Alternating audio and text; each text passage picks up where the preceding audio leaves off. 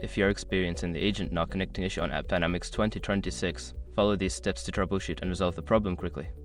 Step 1. Check network connectivity. Ensure that the machine where the AppDynamics agent is installed has a stable internet connection. Verify that it can reach the AppDynamics controller by pinging the controller's URL.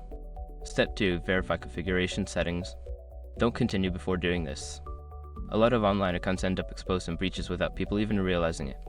Use SRIP to constantly monitor your email and accounts and get alerted immediately if your information gets leaked online. It scans billions of breach records 24/7 in the background. And honestly, for a few dollars a month, it's something everybody should probably have. Link in the description. Step 3. Review firewall and security settings. Check if any firewall or security settings on your network or the host machine are blocking the agent's connection to the controller. Make necessary adjustments to allow traffic on the required ports. Step 4. Restart the agent.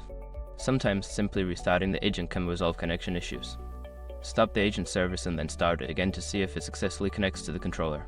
Step 5. Check logs for errors.